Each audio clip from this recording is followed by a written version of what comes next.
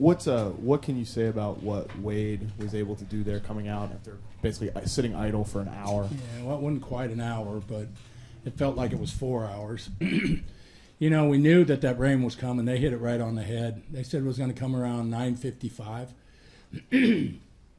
Our plan in the 8th inning was hope to get Madsen through the 8th right there, because we knew the rain would probably come. We didn't want to bring Wade in that inning unless we absolutely had to. But the plan was, if anybody got into scoring position or 2 outs, runner on and Encarnacion, we were going to bring Wade in. But Batista ended up hitting a 2-run homer.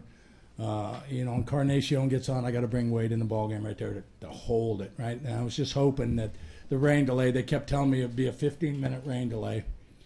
So Wade got through it, and then it was like a 20-minute rain delay, 20 minutes to get the field ready. That's 40, 45 minutes. And Wade did a great job of coming upstairs to the weight room, getting a heat pack on his arm and his shoulder. He was on the bike. He was moving around. He was playing catch.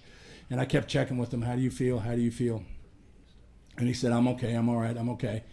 But you get to 45 minutes, and it gets, a little nerve-wracking there. But, we decided to send Wade back out. I looked at Holly, and Holly said, don't worry about nothing. Wade wants to go to the World Series. He's going to be fine. So that gave me a little bit of comfort coming from a fellow closer. And even when he got, a runner on third and nobody out, I just knew Wade had that extra gear that he finds in those situations, and boy, did he find it. And with the decision to send Madsen, if the rain hadn't been coming, would you have just sent Wade for 6? No, I don't think so. I think Madsen's been so good for us all year long. We would have started the inning with him. We were more than ready to bring Wade in if anything developed, but he ends up getting an infield hit, gets an out, and then, made a mistake on a pitch up in the zone, and Batista kills those pitches. But I think, our plan was good. If a runner got in a scoring position or 2 outs and Encarnacion, we were going to bring Wade in. Right behind Andy. I suppose this is hypothetical, but if it were 2-1, would that plan have changed in the 8th? You guys got that tack on run to make it 3? It helped. That third run definitely helped. Again, I think we probably would have stayed with the same plan because Madsen's been so good for us all year long. Take us through the play. Lorenzo's at first. Hosmer hits the ball down the line. I talked to Jersh out in the field. He said he made the read that Batista had been throwing the ball in second. Take us through that one. Jersh has done his homework, and that was a huge send right there. It worked because Haas made a big turn coming around first base. It worked because Lorenzo Cain never slowed down. He didn't just take for granted that he was going to third base. And Jersh knew that in those situations, Batista comes up and fires to second base and was waving them all along. It was a huge send by Jersh. But, it worked because Haas ran the bases hard and because Cain ran the bases hard. Did you know right away when he threw the ball to second? No, I was watching Haas because I thought Haas was going to try to go to second. And I watched the throw, and then, I saw Haas go back, and then I heard the crowd scream, and I turned, and Lorenzo was sliding it at home. Okay. Right here. Can you just talk about the resiliency of your team tonight, the way they kept coming back? Well, yeah, this club has a lot of determination. We're facing the Toronto Blue Jays, which is just, they're dangerous in so many ways. And you come into this game, you're hoping that your starter can get you through 5, and Ventura did that. He started to labor a little bit at that point. He brought in Herrera, did a great job of shutting down the offense. Jose Bautista's, he's a phenomenal hitter. You make a mistake, and he does not miss it. I think they've got the MVP in Josh Donaldson over there. Just a tremendous club. Their pitching is so solid. Gibby did a great job with those guys all year long. David Price threw a great game. We scored 2 runs on 2 hits.